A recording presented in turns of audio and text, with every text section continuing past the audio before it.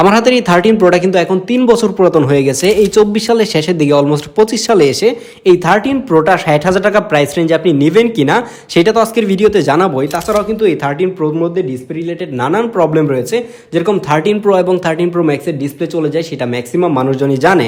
তো এই কারণে আমি গত এক সপ্তাহ ধরে এই 13 প্রোটাকে ব্যবহার করে আমি জানার চেষ্টা করি যে এটার মধ্যে এই 24 সালের শেষের দিকে এসে আরও কোনো ধরনের প্রবলেম খুঁজে পাওয়া যায় কিনা। এই টুকটাক কিছু ইস্যু খুঁজে পেয়েছি, সেগুলো আজকের এই ভিডিওতে শেয়ার করবো।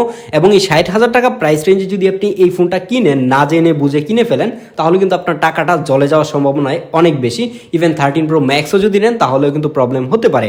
তো আজকের ভিডিওতে শুধুমাত্র কথা বলবো এই 13 প্রো নিয়ে। তার আগে আপনার জানা দরকার যে এই ধরনের ইউজড ডিভাইস আপনি কোথায় পাবেন। অবশ্যই আপনি গ্যাজেটম্যানে এই ধরনের ডিভাইসগুলো পেয়ে যাবেন। আজকের এই ডিভাইসটা দিয়ে আমাদেরকে গ্যাজেটম্যান হেল্প করেছে। আপনি যদি এই ধরনের ইউজড আইফোন কিংবা যে কোনো ধরনের ইউজড অথবা নতুন ফোন কিনতে চান, তাহলে যমুনা ফিউচার পার্কে সোজা চলে যাবেন গ্যাজেটম্যানে। আপনি গ্যাজেটম্যানে কিন্তু এই ধরনের সকল ডিভাইসই পেয়ে যাবেন। গ্যাজেটম্যানে সকল কিছু ডিটেল থাকছে ডেসক্রিপশন বক্সে, অবশ্যই চেক করবেন।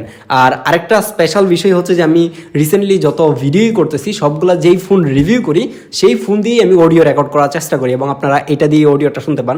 যদিও কিনা একটা এক্সটার্নাল মাইক্রোফোন রয়েছে, কিন্তু আমি এটা দিয়ে রেকর্ড করার চেষ্টা করি এবং আপনারা হয়তো ভালো একটা আইডিয়াও পাবেন যেটার সাউন্ড কোয়ালিটি কীরকম। তার থেকে আরও কিছু রিজন রয়েছে যেগুলো নিয়ে আমরা পরে একদিন কথা বলবো। এখন কথা বলা যাক এটার ভিল কোয়ালিটি নিয়ে। আপনি যদি অলমোস্ট 25 সালে এসেও আপনি এটার ভিল কোয়ালিটি দেখেন কিংবা এই ফোনটা আপনি হাতে নেন, আপনার কাছে 16 প্রো ম্যাক্স থেকেও এটাকে প্রিমিয়াম লাগবে। এর অন্যতম একটা কারণ হচ্ছে এটার মধ্যে যেই স্টেইনলেস স্টিলটা ইউজ করা হয়েছে সেইটার কারণে আমার কাছে দেখতেও প্রিমিয়াম মনে হয় এবং হাতে নিতেও প্রিমিয়াম মনে হয়। বাই দ্য ওয়ে, আমি কিন্তু এখন পর্যন্ত 16 প্রো ম্যাক্স হাতে নিয়ে দেখি নাই, তো ওইটার কথা আমি এখন বলতে পারবো না, কিন্তু এটা সত্যি বলতে অনেক বেশি প্রিমিয়াম ছিল। আর এর ফ্রন্ট সাইড এবং ব্যাক সাইডে কোন ধরনের প্রোটেকশন থাকে সেটা কিন্তু আমরা জানি না। অনেকেই বলে যে সিরামিক কিছু একটা থাকে, আমি শিওর না, কিংবা কর্নিং গ্লাস। আমি দেখলাম যে জিএসএম এরিনাতে কর্নিং গরিলা গ্লাসের প্রোটেকশন রয়েছে, বাট এটা সিরিয়াল কত কিংবা কোন জেনারেশনের সেগুলো কিন্তু ডিটেল কোনো আমরা তথ্য পাই নাই। তাছাড়া আপনি যদি দেখেন রিসেন্টলি 16 প্রো ম্যাক্স যেটা বের হয়েছিল, আমাদের এটিসি ভিডিও করতে গিয়ে দেখেন যে ফোন হাত থেকে পড়ে কিন্তু ভেঙে গেছে মাত্র 1-2 ফিট নিচ থেকে। তো এই ফোনগুলোতে কি প্রোটেকশন থাকতেছে সেগুলো নিয়ে আপনাকে চিন্তা করতে হবে না। আপনাকে অবশ্যই একটা কভার ইউজ করতে হবে। কভারের ভিতরে রেখে ফোন পড়লে ভেঙে যায়, এই বিষয়গুলো আপনাকে মাথায় রাখতেই হবে। গ্লাস ভেঙে যাবে, এটাই স্বাভাবিক। তারপর যদি আপনি এটা ডিজাইন দেখেন তাহলে দেখেন যে এখন যে 16 প্রো ম্যাক্সটা রয়েছে কিংবা 16 প্রো রয়েছে তার সাথে 99.9%ই মিলে যায়। আর 0.1% যেটা মিলে না সেটা হচ্ছে এটার মধ্যে যে একটা মানে ক্যামেরা বাটন রয়েছে সেইটা এটার মধ্যে নাই। কিন্তু এটা ইউএসএ ভেরিয়েন্ট হওয়ার ফলে এটার মধ্যে একটা নেটওয়ার্ক ব্যান্ড দেখতে পারতেছেন, সেটাকে কাইন্ড অফ ক্যামেরা বাটনের মতোই লাগতেছিল আমার কাছে। তো জোকসে পার্ট, এখন কথা বলা যাক এইটার ক্যামেরা নিয়ে। হ্যাঁ, আমরা আজকের ভিডিও শুরুতেই কথা বলবো এটার ক্যামেরা নিয়ে, কারণ 60,000 টাকা প্রাইস রেঞ্জে যারা এই ডিভাইসগুলো কিনবে তারা ম্যাক্সিমামই কিনবে হচ্ছে এই 13 প্রোটা শুধুমাত্র ক্যামেরার জন্য। এর ব্যাক সাইডে 3টা ক্যামেরায় কিন্তু 12 মেগাপিক্সেলের ক্যামেরা। এর যে টেলিফোটো লেন্সটা রয়েছে সেটা কিন্তু প্রথমবারের মতো প্রো সিরিজের মধ্যে তারা 3x অপটিক্যাল জুম ব্যবহার করা হয়েছে, এবং এইটা দিয়ে যদি আপনি পোর্ট্রেট তোলেন কিংবা সিনেমেটিক ভিডিও করেন তাহলে এগুলো মাখনের মতো লাগে। আমরা একটু পরে স্যাম্পল দেখাবো। তাছাড়াও এর মেইন লেন্সের ছবিগুলো খুবই শার্প এবং ডিটেল ছিল।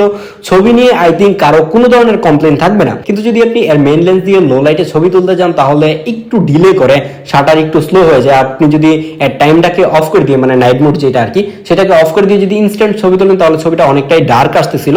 আর আইফোন যেহেতু ডিজিটালি প্রসেস কম করে, যার কারণে ছবিগুলো লো লাইটে দেখতে একটু কেমন জানি লাগতেছিল। আমার কাছে পার্সোনালি এতটাও ভালো লাগে না।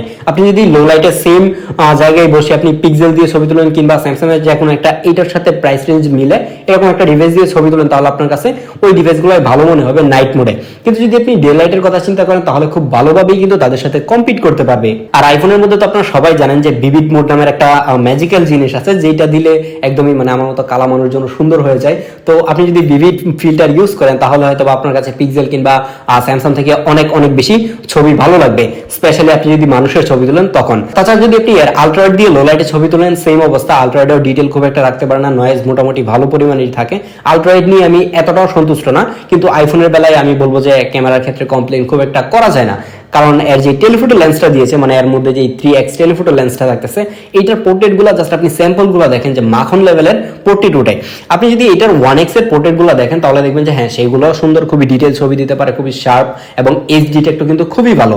কিন্তু যদি আপনি 3x এ যান তাহলে দেখবেন যে ফেসের যে ডাইমেনশনটা সেটা কিন্তু অনেক বেশি সুন্দর লাগে, একদমই ডিএসএলআর ক্যামেরার মতো মনে হয় যে একটা 50mm লেন্স দিয়ে ছবি তোলা হয়েছে, এরকম একটা অবস্থা। তো আপনি যদি এটা দিয়ে পোর্ট্রেটের জন্য নেন, আপনি খুবই সুন্দর পোর্ট্রেট কিন্তু আপনি এটা দিয়ে তুলতে পারবেন। ইভেন আপনি যদি সিনেমেটিক সিনেম্যাটিক ভিডিও করতে চান তাহলে কিন্তু আপনি f3x লেন্সটা ইউজ করে খুবই ভালো ভিডিও করতে পারবেন। কিন্তু এটার মধ্যে কিন্তু আপনি সর্বোচ্চ সিনেম্যাটিক ভিডিও পাচ্ছেন 1080p তে রেকর্ড করতে হবে, মানে 4K এর কোনো সাপোর্ট থাকছে না। তাছাড়া যদি আপনি নরমালি ভিডিও করতে চান তাহলে প্রত্যেকটা লেন্স দিয়ে কিন্তু আপনি 4K 60fps এ ভিডিও রেকর্ড করতে পারবেন। এখন যে ভিডিওটা রেকর্ড হচ্ছে এটা হচ্ছে এর 1x এর সিনেম্যাটিক ভিডিও। আপনি বুঝতেই পারতেছেন যে 1x এ যদি আপনি সিনেম্যাটিক ভিডিও করতে যান আপনার ফোকাসটা কতটুকু ভালো করবে, যার কারণেই দূর থেকে আসলাম যে ফোকাসিংটা আপনি বুঝতে পারেন যে ট্রানজেকশনটা কতটুকু স্মুথলি হয়। তো এখন যে ভিডিওটা দেখতে পারতেছেন এবং ব্লারিনেসটা দেখতে পারতেছেন এটা কিন্তু এর 1x এর ডিফল্ট যে সেটিং থাকে সেই সেটিং দিয়ে করা হচ্ছে এবং অডিওটাও কিন্তু রেকর্ড হচ্ছে এই 13 Pro দিয়ে। তো এর অডিওটাও আমার কাছে অনেক বেশি ভালো লাগছে দেখ। আর এই ভিডিওটা হচ্ছে 3x এর এবং 3x এ যদি আপনি ডিফল্ট সেটিং এ ভিডিও করেন তাহলে এরকম একটা ব্লারিনেস পাবেন, খুবই ব্লার ভিডিও পাচ্ছেন, মানে ব্যাকগ্রাউন্ডটা খুবই ব্লার করে ভিডিও করতে পারতেছে। কিন্তু এজ গুলো যদি আপনি দেখেন তাহলে কেমন যেন একটু স্মুথ করে দিচ্ছে, মানে ফেসের সাথে কিংবা হেয়ারের সাথে এটা ব্লাডটাকে মিক্সড করতে গিয়ে মানে আমার কাছে পার্সোনালি এই ব্লারিনেসটা খুব একটা ভালো লাগে নাই। আর যদি আপনি একটু বেশি মুভ করেন, আমি যদি একটু বেশি মুভ করি তাহলে দেখায় আপনাদেরকে, এই যে আমি মানে অনেকটা ফাস্ট মুভ করতেছি, তো আপনি যদি একটু ফাস্ট মুভ করেন তাহলে এজ ডিটেক্ট কতটুকু ভালো করতে পারে সেটা আপনি বুঝতে পারবেন। আর এই ভিডিওটা হচ্ছে এর আলট্রাওয়াইড লেন্স দিয়ে রেকর্ড করা হচ্ছে এবং এই আলট্রাওয়াইড লেন্সে আপনি 4K 60fps ভিডিও রেকর্ড করতে পারবেন। এর প্রত্যেকটা লেন্সেই কিন্তু 4K 60fps ভিডিও রেকর্ড করা যায়।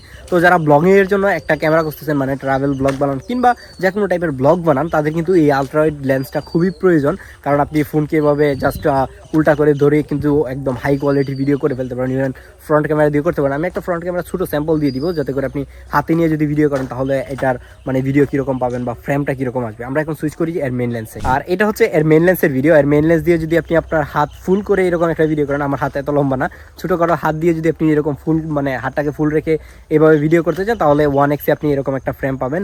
আমার মনে হয় যে হাতে নিয়ে ভিডিও করার জন্য স্পেশালি যারা ট্রাভেল ব্লগ বানাবেন তাদের জন্য আলট্রাওয়াইডটা বেশি মানে প্রিফার করবো, কারণ ওইটাতে অনেক ওয়াইড একটা ভিউ পাওয়া যায়, কাইন্ড অফ গোপ্রো কিংবা যে কোনো একটা অ্যাকশন ক্যামেরার মতো দেখতে, ওইটাতে একটু বেশি ভালো লাগে। আর এটা সেলফি ক্যামেরা হিসেবে কিন্তু একটা 12 মেগাপিক্সেলের ক্যামেরা থাকতেছে যেটার অ্যাপারচার f2.2 এবং এটা দিয়ে যদি আপনি পোর্ট্রেট ছবি তোলেন তাহলে আপনি একটু হতাশ হতে পারেন, কারণ আমি দেখলাম যে এটার পোর্ট্রেট ছবিগুলো এতটাও শার্প না, ডিটেল খুব একটা রাখতে পারে না, এজ ডিটেক্টে ঝামেলা করে। ইভেন গ্রুপ পিকচারের ক্ষেত্রে যদি আপনি পোর্ট্রেট নিতে চান নিতে পারবেন না, ব্যাক মানে পিছনে যা থাকবে সে ব্লার হয়ে যাবে।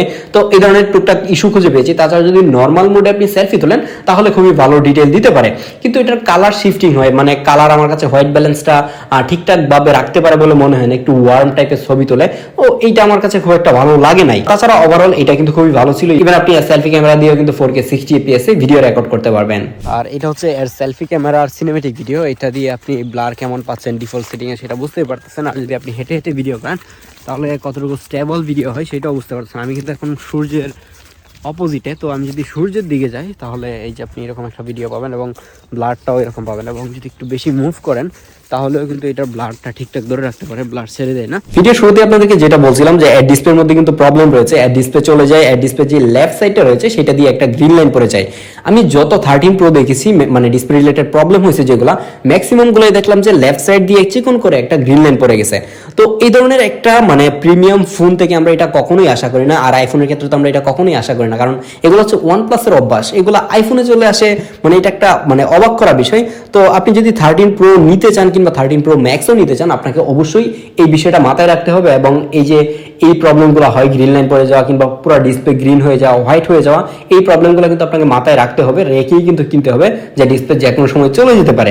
এটার মধ্যে আপনি ডিসপ্লে হিসেবে পাচ্ছেন 6.1 ইঞ্চির একটা super retina XDR OLED display, যেটাতে 120 Hz এর হায়ার রিফ্রেশ রেটের পাশাপাশি HDR10+ এর সাপোর্ট থাকছে, আরো থাকছে ডলবি ভিশনের সাপোর্ট। তো ডিসপ্লের স্পেক দেখে বুঝতেই পারতেছেন যে ডিসপ্লেটা কিন্তু খুবই মাখন একটা ডিসপ্লে। আর এই ডিসপ্লের পিক ব্রাইটনেস 1200 নিটস, বুঝতেই পারতেছেন ডিসপ্লেটা কিন্তু খুবই সুন্দর, খুবই স্মুথ কালারফুল ডিসপ্লে ছিল, খুবই ভিভিড, মানে ডিসপ্লে নিয়ে কারো কোনো কমপ্লেন থাকার কথা না। কিন্তু এই যে কমপ্লেন না থাকলেও একটা বড় কমপ্লেন থেকে যায় ডিসপ্লে চলে যাওয়া। আমি দেখেছি যে এই ফোনটা সেল করছে, মানে আমি শপের নাম বলতে চাই না, এই ফোনটা সেল করছে মানে বেচারা কিনে নিছে, পরের দিন রাত্রেই এটার মধ্যে একটা গ্রিন লাইন পড়ে গেছে এবং দোকানে নিয়ে আসছে, আসার পরে এটাকে কিছু একটা করে ঠিক করে দেওয়া হয়েছে। তো আপনি যদি এই ধরনের ডিভাইসগুলো নিতে চান ডিসপ্লের ব্যাপারটা অবশ্যই মাথায় রাখবেন। আর এই 13 Proটা 3 বছর পরে এসেও কিন্তু পারফরমেন্স একদমই টপ নচ ছিল। এটার পারফরমেন্স নিয়ে আই থিঙ্ক কারো কোনো ধরনের কমপ্লেন থাকার কথা না। আপনি যদি ডেইলি লাইফে ইউজ করেন কিংবা হেভি গেমিংও করেন আপনি এটা দিয়ে অনায়াসেই কিন্তু গেমিং করতে পারবেন, কোনো অবস্থাতেই প্রবলেম হবে না। আপনি যদি এটা দিয়ে গেমিং এর জন্য কিনেন আমি মনে করি যে আপনি 3 বছর অনায়াসেই এটা দিয়ে আপনি খুবই হেভিলি গেমিং করতে পারবেন, কোনো ধরনের প্রবলেম হবে না। আর যারা রেগুলার ইউজার রয়েছেন তারা তো বুঝতেই পারতেছেন যে এটার পারফরমেন্সের কি অবস্থা। অবস্থা, আপনি এটা 5 বছর ইউজ করতে পারবেন অনায়াসে, আপনি ল্যাগ হ্যাং এর দেখাই পাবেন না। আইফোনের প্রতি এই বিশ্বাসটা অ্যাটলিস্ট আমার আছে। এখন অনেকে আবার আমাকে আইফোন ফ্যান বয় বানাই দিয়েন না, কারণ আইফোনের পারফরমেন্স সত্যি বলতে অনেক বেশি ভালো হয়ে থাকে। আর এটার মধ্যে চিপ হিসেবে কিন্তু ইউজ করা হয়েছিল অ্যাপেলের বায়োনিক A15 চিপ, যেটা 5 ন্যানোমিটার আর্কিটেকচারে বিল্ড করা হয়েছে। এই ফোনটার সকল স্পেসিফিকেশন যদি দেখেন তাহলে এটা একটা মাখন ফোন, কিন্তু আপনি যদি এটার ব্যাটারির দিকে তাকান তাহলে আপনি থেকে শুরু করে সবাই এটা হতাশ হয়। সেটা হচ্ছে এটার মধ্যে 3095 mAh এর একটা ব্যাটারি ইউজ করা হয়েছে, যেটার কারণে এটার ব্যাটারি ব্যাকআপ নিয়ে আমি সবসময় প্যারা খাইছি। এটাকে আমি মানে দিনের 4টার দিকে দেখি যে এটার অবস্থা খারাপ, ব্যাটারি শেষ হয়ে গেছে, আবার চার্জ দেওয়া লাগতেছে। যদিও কিনা চার্জটা মোটামুটি ফাস্টই হয়, মানে অ্যান্ড্রয়েডের মতো এত ফাস্ট না, কিন্তু 12 আমি এটার পাশাপাশি ইউজ করেছি, তো 12 থেকে এটা দেখলাম যে অনেকটাই ফাস্ট চার্জ হচ্ছে। তো সেই ক্ষেত্রে আপনি যদি একটা পাওয়ার ব্যাংক ক্যারি করেন তাহলে এই প্রবলেমটা আপনি ফেস করবেন না। যারা প্রো সিরিজ ইউজ করে কিংবা ভেজ ভেরিয়েন্ট ইউজ করে তারা জানে যে ব্যাটারি ব্যাকআপের প্রবলেম হবে। আর আমার হাতের এই ডিভাইসটা ব্যাটারি হেলথ হচ্ছে 84%। এখন যদি আপনাকে কেউ বলে যে একটা 13 প্রো 99% ব্যাটারি, 100% ব্যাটারি কিংবা 98% ব্যাটারি হেলথ, তাহলে আমি বলবো যে ভাই কোনো অবস্থাতে আপনি এই ডিভাইসগুলো কিনেন না, কারণ ওইগুলোতে ঝামেলা আছে, ব্যাটারি হেলথ বুস্ট করা থাকতে পারে কিংবা ব্যাটারি রিপ্লেস থাকতে পারে। কারণ এই ডিভাইসটা 3 বছর পুরাতন হয়ে গেছে। 3 বছর পুরাতন একটা ডিভাইস আপনি কখনোই 90% এর উপরে ব্যাটারি হেলথ পাওয়ার কথা না, থাকলেও খুবই কম থাকার সম্ভাবনা রয়েছে, থাকতে পারে টুকটাক, কিন্তু এটা না থাকার সম্ভাবনা অনেক বেশি।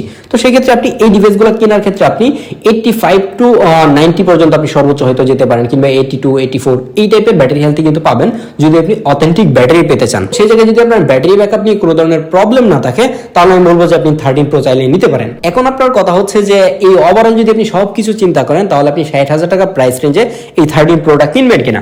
কারণ এই 13 প্রোটা আমার কাছে মনে হচ্ছে 60,000 টাকা প্রাইস রেঞ্জে ভিডিও করার জন্য একটা বেস্ট ডিভাইস। কারণ এই প্রাইস রেঞ্জে ভিডিওর জন্য এত মাখন ডিভাইস আমি এর আগে চালাই নাই, আমি বলতে পারবো না যে এই প্রাইস রেঞ্জে ভিডিওর জন্য বেস্ট ফোন আর একটাও আছে।